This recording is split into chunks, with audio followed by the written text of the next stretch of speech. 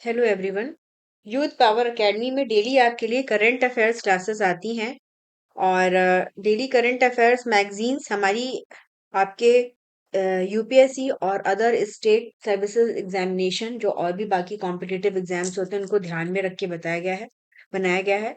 और डेली अगर आप इन मैगजीन्स को पढ़ते हैं तो काफ़ी इफेक्टिव रहेगा आपके एग्जाम के लिए। आपके एग्जामिनेशन में क्वेश्चंस आप इजीली सॉल्व कर सकेंगे, गलत होने का चांस बहुत कम रहेगा। आप हमसे ज़्यादा से ज़्यादा चैनल पे जुड़िए, चैनल को लाइक करिए, सब्सक्राइब करिए, अपने फ्रेंड्स के साथ शेयर करिए। व्हाट्सएप नंबर प्रोवाइड किया गया है, आप डायरेक्ट लाइव क्लासेस भी ज्वाइन कर सकते हैं। इसके अलावा हमारी हमारी मंथली मैगजीन्स हैं, जो कि पूरे मंथ का आपको एक इंफॉर्मेशन प्रोवाइड करती हैं। एग्जामिनेशन पर्पस के लिए, क्विक रिवीजन के लिए फटाफट मैगजीन्स हैं। तो आप अपनी नीड के अकॉर्डिंग मैगजीन्स को सेलेक्ट कर सकते हैं। तो आप हमसे ज़्यादा से ज़्यादा जुड़िए और अपने फ्रेंड्स के साथ भी शेयर करिए। डेली अगर आप क्लासेस अटेंड करते हैं, डेली वीडियोस देखते हैं तो आपके लिए बहुत ही बेनिफिशियल रहेगा। तो चलिए आज की क्लास स्टार्ट करते हैं। सीबीएफसी या central board of film certification, इन्होंने एक ऑस्कर नॉमिनेटेड फिल्म है द वॉइस ऑफ हिंद राजा, इसको जो है वो रिजेक्ट कर दिया है कि ये जो है वो इसको जो है वो नहीं यहाँ पे रिलीज होने देंगे। ओरली रिजेक्ट किया है। और इसमें जो है एक 5 ईयर ओल्ड फिलिस्तीनियन गर्ल थी जो कि इजरायली फोर्सेस के द्वारा मारी गई थी 2024 में गाजा वॉर के दौरान, उस पे दिखाया गया है। तो इसको लेके जो इनके निर्माता लोग हैं उन्होंने बताया है कि मतलब इसको जो है वो मना कर दिया है। तो बस नाम जाने रहो, कंट्रोवर्सी है इसमें। जैसे कुछ लोग कह रहे हैं कि रिलीज क्यों नहीं होने दिया जा रहा है, कि इससे जो है वो भारत इसराइल के संबंधों पे बुरा असर पड़ेगा। इसमें वो इसराइल को बुरे उसमें पूरा दिखाया गया है। तो ये सारी चीजें हैं। तो बस नाम याद रखो। ठीक है, द वॉइस ऑफ हिंद राजा। और अगर हम सीबीएफसी की बात करें तो ये मिनिस्ट्री ऑफ इंफॉर्मेशन ब्रॉडकास्टिंग के अंतर्गत आता है। ये एक डॉक्यूमेंट्री फिल्म है। ठीक है, तो कई टाइम टू टाइम जो है वो सेंसरशिप को लेके इश्यूज होते हैं। अभी रिसेंटली भी इंडिया में भी मूवीज जैसे बनती रहती हैं जिनको लेके थोड़ा विवाद हो जाता है, नाम को लेके, है ना, कि किसी पर्टिकुलर कास्ट या कम्युनिटी के अगेंस्ट उसमें है, या किसी रिलीजन को वो करके दिखाया जा रहा है। तो ये सारी चीजें इसमें चलती रहती हैं। तो ये जो है ये गाजा वॉर से रिलेटेड जो है वो एक फिल्म बनी थी। फिर छापछार कुट, ये मिजोरम का स्प्रिंग फेस्टिवल है। और इसका जो है वो काफी एक विशेष महत्व है मिजो कल्चर में। तो इसके सेलिब्रेशंस हो रहे हैं और ये स्प्रिंग के आने को पूरा दर्शाता है। इसमें ट्रेडिशनल जो उनके डांसेस होते हैं, म्यूजिक, आर्ट, खान-पान सबको दिखाया जाता है। जो इनका एक पूरा हेरिटेज है उसको परफॉर्मेंस के थ्रू जो है वो सेलिब्रेट करते हैं। तो ये नाम बस याद रखो कि छाप छार कुट कहाँ का फेस्टिवल है, ये मिजोरम का फेस्टिवल है। ठीक है। और इस बार की इसमें थीम है जू नन जी मावी इन रिमा, या इसका मत मिजो में इसका होता है रिकंसिलिएशन। तो ये एक पूरा सप्ताह जो है ये लंबा फेस्टिवल चलता है, कल्चरल फेस्टिवल है। तो इस तरह की चीजें जो है वो पूछी जाती हैं। और इसमें झूम कल्टीवेशन जो है वो यहाँ पे होती है। तो इसमें बताते हैं कि उसको भी पूरा जो है ये सेलिब्रेट जो है वो किया जाता है। तो इस फेस्टिवल का नाम इम्पोर्टेंट रहेगा। ठीक है। फिर एक 1857 की जो रिवोल्ट हुआ था, तो उसमें एक फ्रीडम फाइटर रही थी वीरांगना रानी अवंतीबाई लोधी। इनका शहीदी दिवस मनाया गया, सेलिब्रेट किया गया। और ये रानी अवंतीबाई लोधी, ये रामगढ़ है जो कि मध्य प्रदेश में है अभी, वहां की ये वहां पे एक प्रिंसली स्टेट था, उसकी क्वीन थी। और इनके हस्बैंड की मृत्यु के बाद इन्होंने एडमिनिस्ट्रेशन का पूरा चार्ज लिया और ब्रिटिशर्स के अगेंस्ट जो है वो बैटल जो है वो इन्होंने लड़ाई किया। और इसके बाद इन्होंने डिफीट जब इन्होंने देखा कि इनका हो रहा है तो इन्होंने अपनी लाइफ एंड कर दी 1858 में।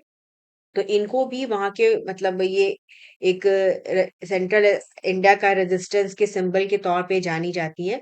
जैसे 1857 पहले जैसे जो पुराने जो हम लोग ज्यादातर नाम जानते थे उन्हीं के बारे में पूछता था। अभी क्या है कि जो नए नए नाम हैं जैसे कि जिनके बारे में पता नहीं था उनको भी ज्यादा जो है वो पॉपुलराइज किया जा रहा है। तो ये सब नाम हिस्ट्री में पूछे जा सकते हैं प्रीलिम्स में, ऐसे रिलेटेड नाम दे देगा और किस रिवोल्ट से रिलेटेड थी ये दे देगा, तो ये सारी चीजें जो है वो इम्पोर्टेंट हो जाती हैं।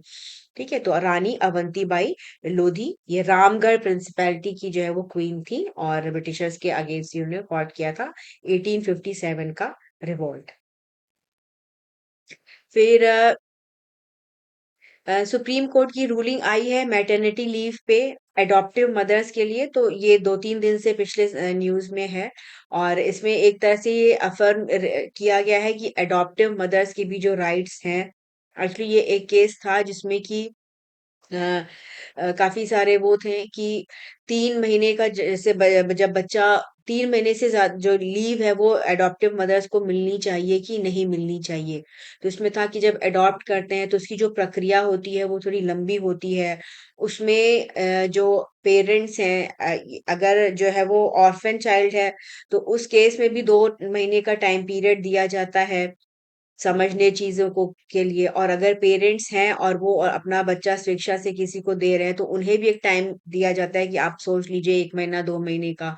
तो इसको लेके था कि मतलब उस टाइम पीरियड में बच्चा जो है वो बड़ा हो जाता है तो क्या maternity leave, paid maternity leave जो 12 मंथ्स की होती है वो दिया जाना चाहिए कि नहीं दिया जाना चाहिए। तो इसी पे सुप्रीम कोर्ट की रूलिंग आ गई है, इन्होंने क्लैरिटी कर दिया है कि जो मदर का रोल होता है वो अपब्रिंगिंग में बहुत ही इम्पोर्टेंट होता है। तो अगर अडॉप्टिव मदर भी है तब भी किसी भी तरह से उसके जो राइट्स हैं उसको कर्टेल नहीं किया जा सकता है, कोई रिस्ट्रिक्शन नहीं लगाया जा सकता है। ठीक है, और इसमें एक ये रेस्ट्रिक्टिव प्रोविजन था कि जो मैटरनिटी लीव होगी वो होगी only for women who had applied for adoptive children less than 3 months of age. 3 महीने से कम के जो बच्चे हैं उन्हीं को अगर अडॉप्ट करते हैं तो उस परिस्थिति में मिलेगा। अब इसको हटा दिया है, इन्होंने कहा है कि ये एक राइट है, चाहे वो बायोलॉजिकल मदर हो चाहे वो अडॉप्टिव मदर हो। बच्चे को एक इमोशनल सपोर्ट और सब चीजों की जरूरत होती है, तो ये प्रक्रिया में ही पूरा टाइम लगता है। तो अडॉप्ट अगर करती हैं तो उसके बाद भी उनको 3 मंथ का जो है वो छुट्टी मिलना चाहिए, बेनिफिट मिलना चाहिए, ताकि वो अपने बच्चे के साथ एक बॉन्डिंग बना सके, उसकी केयर कर सके, और मदर पे कोई ऐसा फाइनेंशियल बर्डन ना आए। मतलब अगर देखा जाए अगर उनको पैसे नहीं मिलेंगे तो वो एक तरह से पेनाल्टी टाइप से वर्क करेगा। तो इसमें क्लैरिफाई जो है वो कर दिया गया है, तो ये भी एक लीगल जजमेंट काफी इम्पोर्टेंट रहेगा। फिर अब इंडिया में 20 मार्च को ये नोवो नॉर्डिक इनका जो है वो पेटेंट खत्म हो चुका है। तो अब यहाँ 20 मार्च के बाद से चूंकि इनका पेटेंट हट गया है तो अब जो जेनरिक ड्रग्स हैं वो मिलेंगी और चीपर वर्जन पे मिलेंगी। तो ये एक काफी प्रमुख एक डेवलपमेंट है जो वेट लॉस ड्रग मार्केट है उसमें। और माना जा रहा है कि 70 से 90% डिस्काउंट में मिलेंगी, तो जो प्राइसेस हैं जो कम हो जाएंगे इनके। और इसके अलावा डोमेस्टिक ड्रग मैन्युफैक्चरर्स हैं जैसे नाटको फार्मास्यूटिकल्स है, एरएफ लाइफ साइंसेज है, ये लोग इसका जेनेरिक वर्जन्स बनाएंगे। और का कहना है कि ये लगभग जो है वो पर मंथ 1290 रुपीज के कॉस्ट पे आएगा। तो ये कब सबसे जो है वो लोवेस्ट जो है वो इनका वो प्राइस रहेगा। आ गई मैं। हेलो। हेलो। नेट हाँ। चला गया था। हाँ।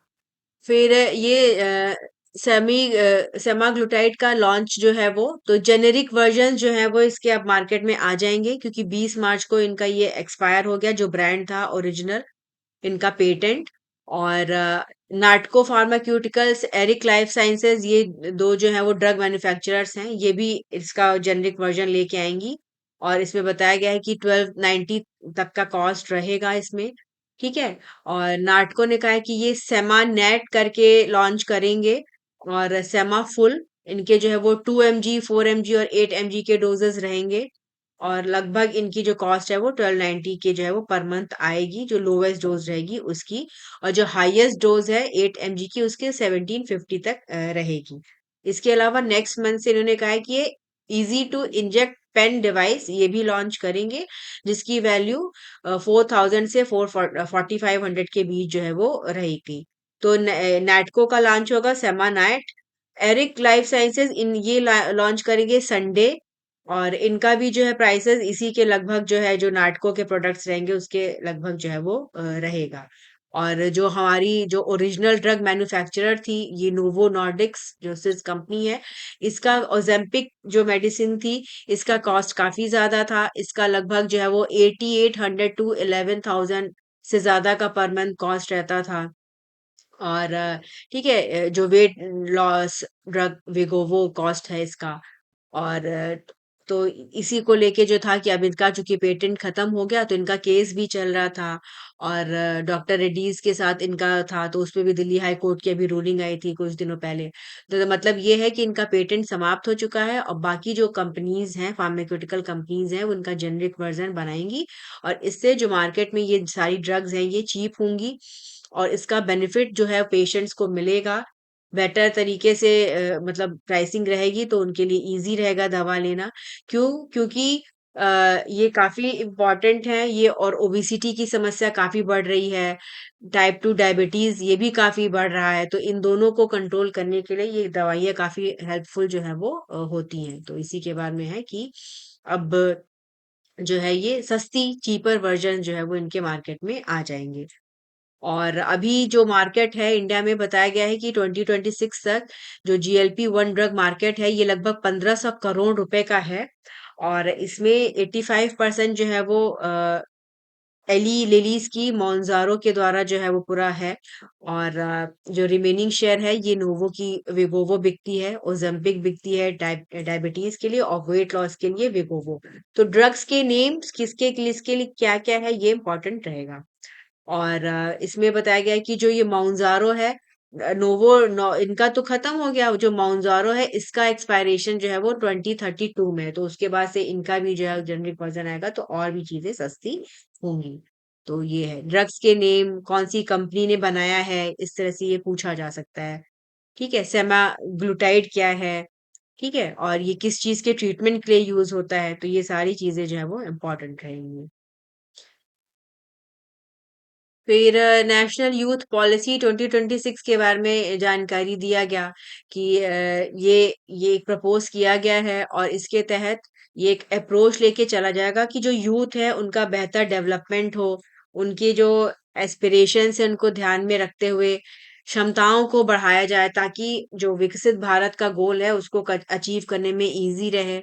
और जो नेशन की जो डेवलपमेंट प्रायोरिटीज हैं उनको ध्यान में रख के इसको बनाया गया है। हेलो, वो हो जाता है थोड़ा सा, है ना? ये जी जी। वॉइस। हाँ। फिर इसमें जो नेशनल यूथ पॉलिसी है 2026 की, इसमें 6 जो है वो कोर फोकस एरियाज हैं, जिनमें कि यूथ लीडरशिप है, वॉलेंटियरिज्म है, education, skilling, employment readiness, entrepreneurship and innovation, health wellbeing, sports and recreation, ये है। जैसे अगर नेशनल यूथ पॉलिसी 2026 करके से मेंस में इस तरह के क्वेश्चन जो है वो पूछे जाते हैं कि इनका क्या उद्देश्य है, क्या क्या प्रमुख इनके फोकस एरियाज हैं। तो बेसिकली ये यूथ के बेटर डेवलपमेंट के लिए है, और उसका जो इफेक्ट है वो कंट्री के डेवलपमेंट में पड़ेगा। तो यही है, तो ये नेशनल यूथ पॉलिसी का पूरा एम है। और फिर प्रधानमंत्री भारतीय जन औषधि परियोजना, इनके बारे में फिर जानकारी दिया पार्लियामेंट में। इन्होंने बताया कि ये लॉन्च हुआ था ताकि क्वालिटी जेनरिक मेडिसिन जो है वो लोगों को अवेलेबल कराई जा सके सस्ते प्राइसेस पे। और इस स्कीम के तहत जो है वो जन औषधि केंद्र जो है वो पूरे कंट्री में बने हैं, जहाँ पे 50 से 80% जो है वो चीप मेडिसिन जो है वो ब्रांडेड मेडिसिन का जो जेनरिक वर्जन है वो मिलता है। और जो 28 फरवरी 2026 तक 18,646 जन औषधि केंद्र जो है वो ओपन हो चुके हैं पूरी कंट्री में। और गवर्नमेंट का टारगेट है कि इनका जो नंबर है इसको हम और बढ़ाएं, और अगले साल 27 मार्च तक इसको 2500 तक जो है वो कर दिया जाए। तो ये भी इम्पोर्टेंट रहेगा। ये पूरा डेटा जो है वो, क्योंकि पार्लियामेंट सेशन चल रहा है, तो उसमें टाइम टू टाइम ये सारी जानकारी दिए जाती है। मिनिस्ट्री से क्वेश्चंस पूछे जाते हैं, तो उसमें जो भी मिनिस्ट्री इन्वॉल्व होती है वो उसके बारे में इंफॉर्मेशन देती है। फिर इसी तरह हर घर जल, ये एक पावरफुल टूल के तौर पे उभरा है, और इससे भी जो है वो रूरल एरियाज में जो लोग हैं उनकी लाइफ बेहतर हुई है।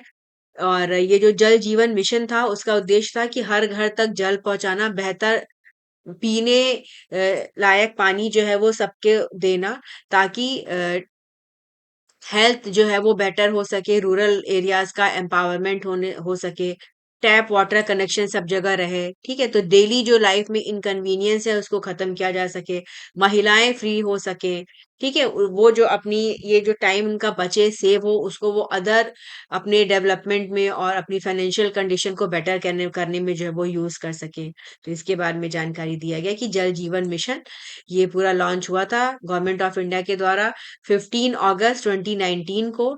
और इसका यही है, functional house hold tap connection provide करना हर घर में बाय 2024 इसका एम था। तो अभी जो कुछ शॉर्टफॉल रहा है, और इसमें बताया गया है कि काफी जो है वो चीजें बढ़ी हैं।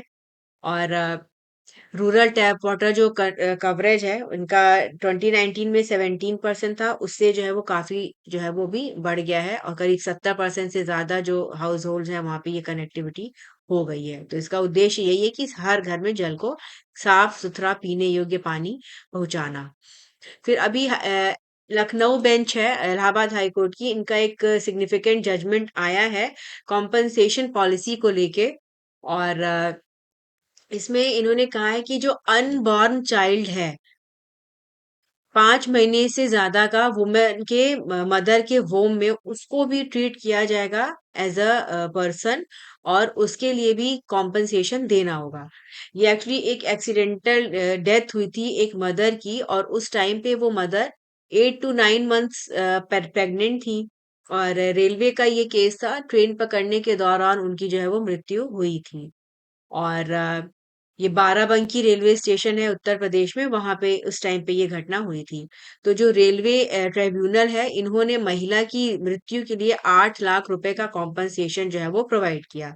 तो इसमें जो याचिकाकर्ता था उसने पिटीशन दायर किया हुआ था। तो इसमें बेंच का निर्णय आया है कि इनको सिर्फ मदर के लिए नहीं कंपनसेशन दिया जाएगा, 8 लाख और कंपनसेशन होगा। क्यों? क्योंकि जो अनबॉर्न चाइल्ड है उसका भी कॉम्पनसेशन इनको देना होगा।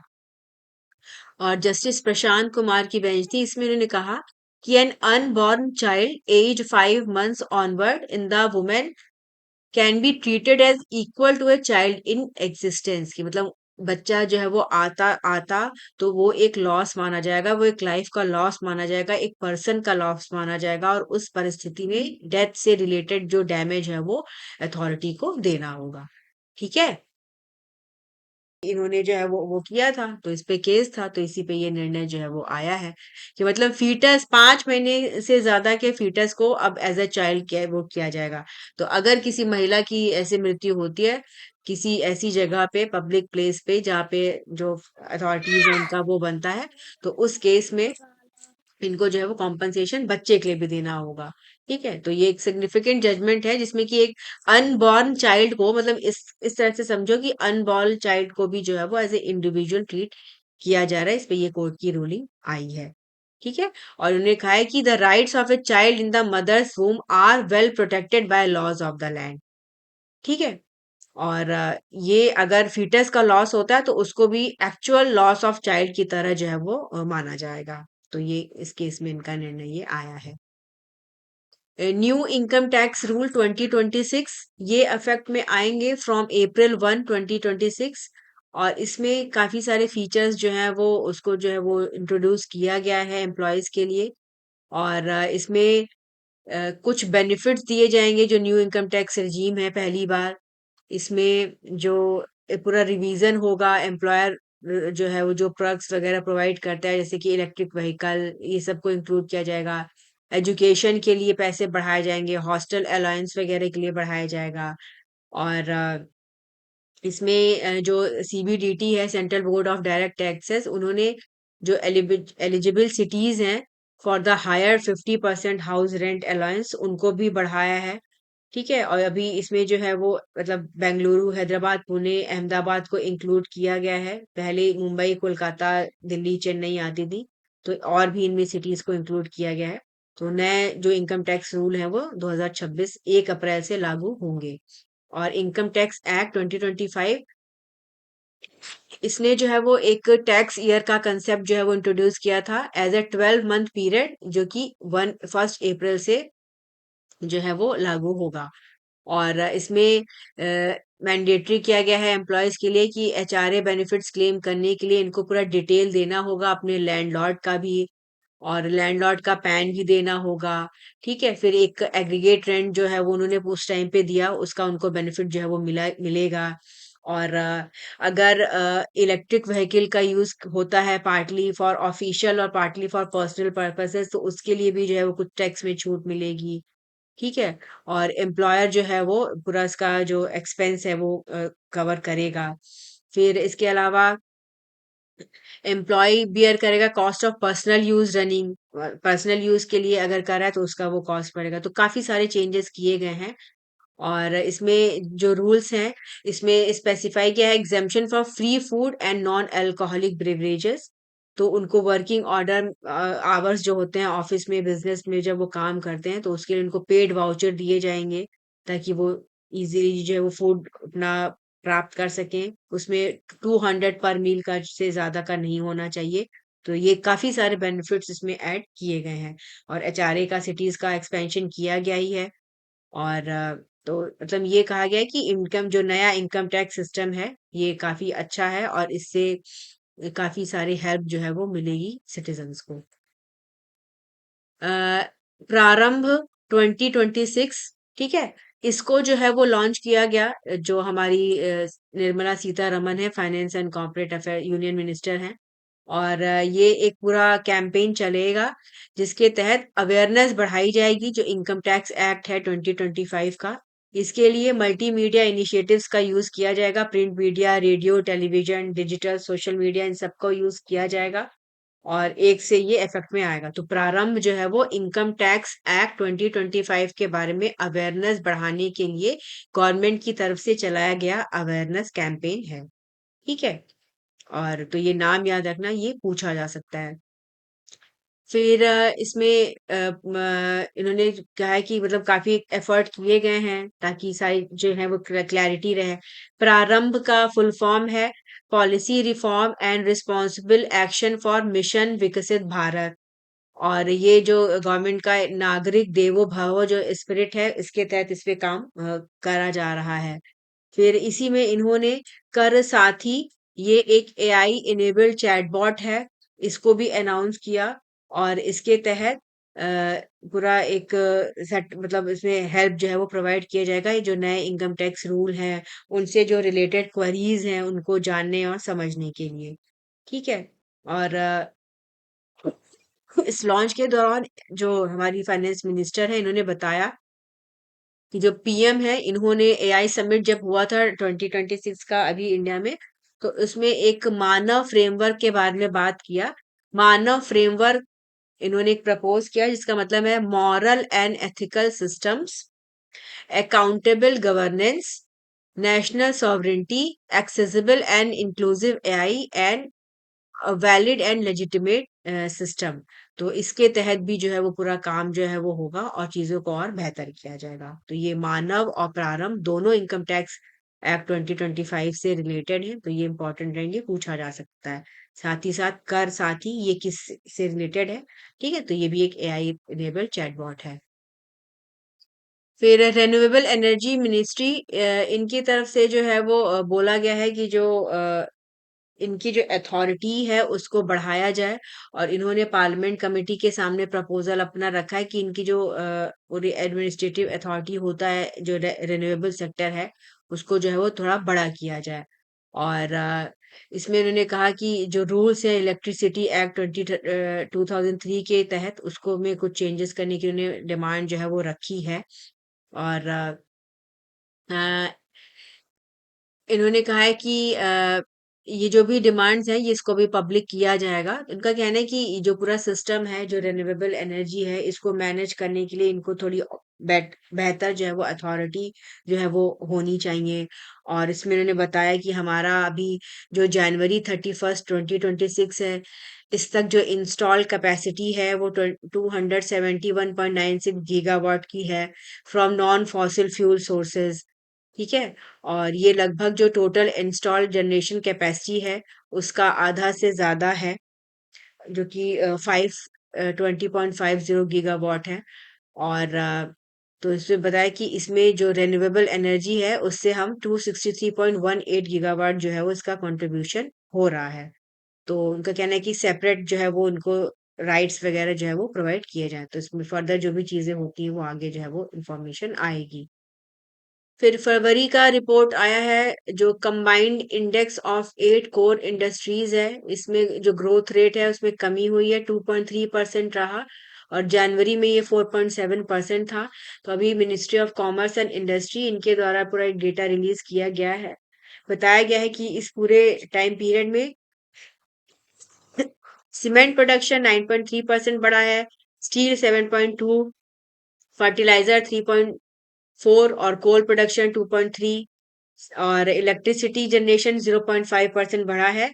और लेकिन जो ऑयल क्रूड ऑयल प्रोडक्शन है इसमें कमी आई है 5.2%। नेचुरल गैस के प्रोडक्शन में भी कमी आई है। तो ये फरवरी मंथ का डेटा है। तो ये मतलब ऐसे तो नहीं पूछा जाता है कि हर मंथ का, लेकिन एक बेसिक आइडिया जो है वो होना चाहिए। जैसे 8 कोर इंडस्ट्रीज कौन कौन सी हैं ये पूछ लेते हैं, जिसमें कि कोल आता है, क्रूड ऑयल आता है, natural gas, refinery products, fertilisers, steel है, इलेक्ट्रिसिटी है। ठीक है। तो हर मंथ का ये डेटा जो है वो department of for promotion of industry and internal trade, ये मिनिस्ट्री ऑफ कॉमर्स के अंतर्गत आता है, इनके से जो है वो रिलीज किया जाता है।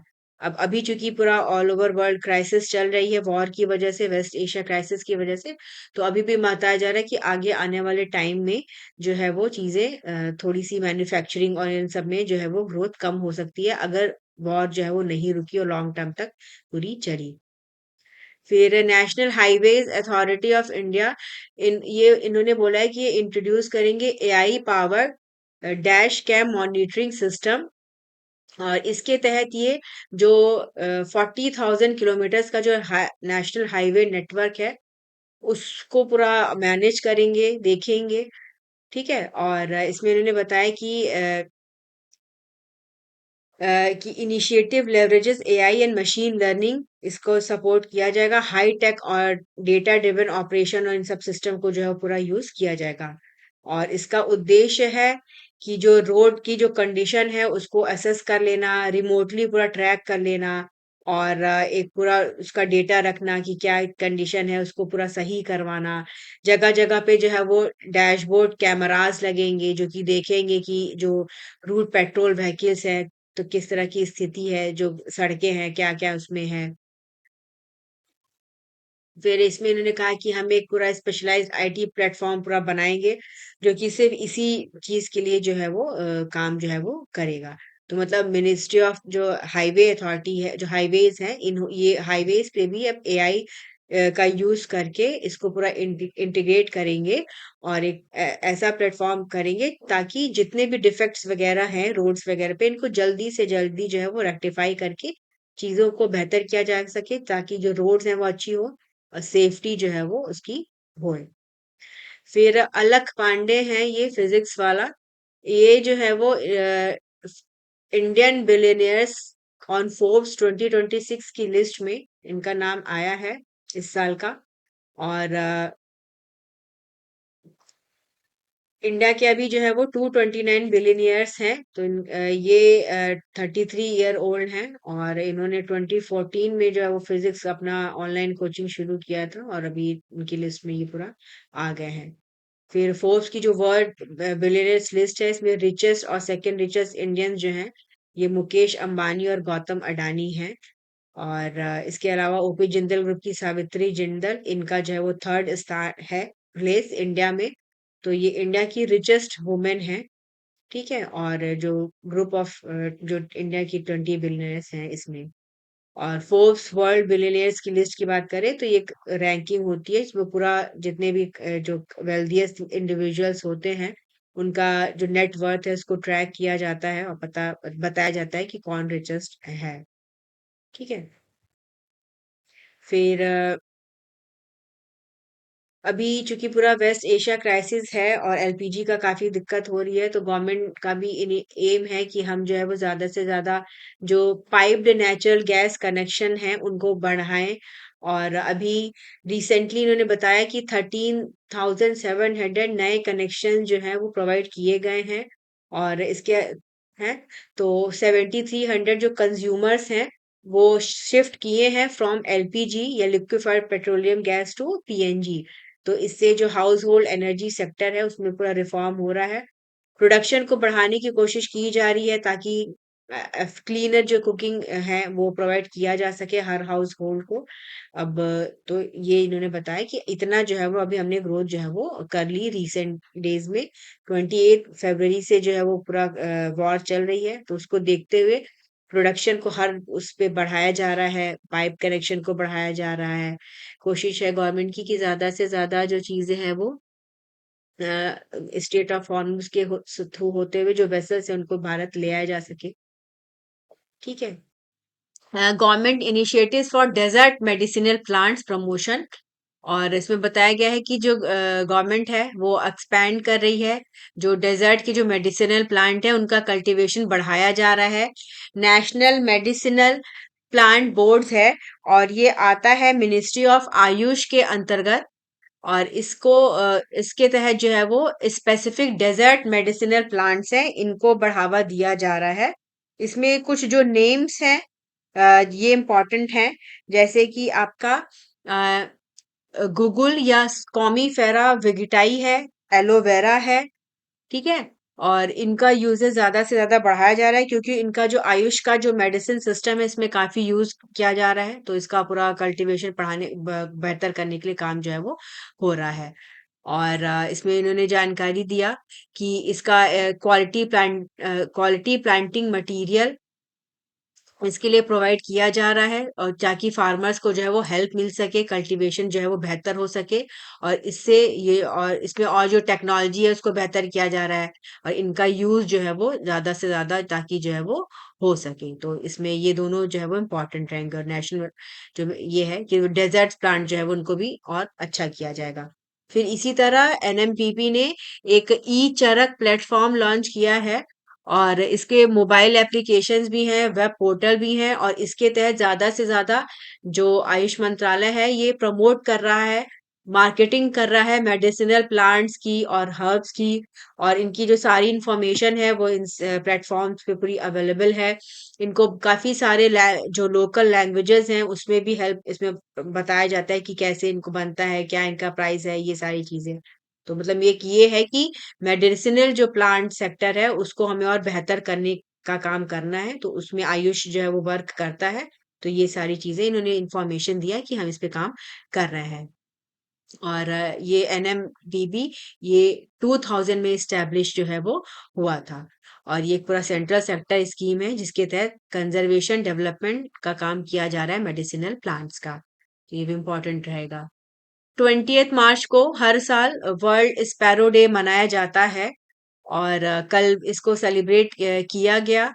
और इसमें जो है वो ये पूरा देखा गया कि कैसे इनका जो संख्या है उसको ज्यादा से ज्यादा नंबर्स को बढ़ाया जाए, इंक्रीज किया जाए क्योंकि स्पैरो की जो पॉपुलेशन इसमें बहुत डिक्लाइन हुआ अर्बनाइजेशन की वजह से, पॉल्यूशन की वजह से। इनके जो नेस्टिंग स्पेस है उनमें कमी आई, पूरा लाइफस्टाइल चेंज हुआ जिसकी वजह से एक एक टाइम पे ये था कि इनका बहुत ही कम देखने को मिलती थी, अभी भी बहुत ज्यादा फ्रीक्वेंटली नहीं स्पॉट होती हैं ये। और 2010 में nature forever society of India इन्होंने इकोसिस एक्शन फाउंडेशन के साथ मिलके इनके जो थ्रेड्स हैं उस पे पूरा काम किया और ज्यादा से ज्यादा इनके जो नंबर्स हैं इनको बढ़ाने के लिए काम जो है वो हो रहा है। तो वर्ल्ड स्पैरो डे कब मनाते हैं? 20 मार्च को मनाते हैं। और स्पैरो हाउस स्पैरो इसका नेम भी इम्पोर्टेंट रहेगा, पैसर डोमेस्टिकस। इसके जैसे कई सारे बर्ड्स हैं, चूंकि इन्वायरमेंट में डैमेज हो रहा है तो इनकी वजह से इनमें कमी आई है तो उसको बेहतर करने के लिए जो है वो पूरा काम जो है वो चल रहा है। यूनाइटेड किंगडम इन्होंने अप्रूव कर दिया है कि जो यूनाइटेड स्टेट है ये इनके जो बेसिस का यूज कर सकता है ईरानियन जो है इन पे जो है वो अटैक करने के लिए मिसाइल साइट्स पे। और इन्होंने जो वहाँ के जो प्राइम मिनिस्टर हैं इन्होंने कहा कि अभी तो हम वॉर में नहीं आएंगे। पहले इनिशियली इन्होंने रिजेक्ट कर दिया था यूएस के इसको रिक्वेस्ट को, बट अब इन्होंने अलाउ किया है कि ब्रिटिश बेसिस को ये यूज कर सकते हैं। और यूएस का कहना है कि जो स्ट्रेट ऑफ हॉर्मुज है इसको जो है वो सारी कंट्रीज मिल के जो है वो चोक कर दे ताकि जो है वो ईरान का कंट्रोल उस पर खत्म हो जाए।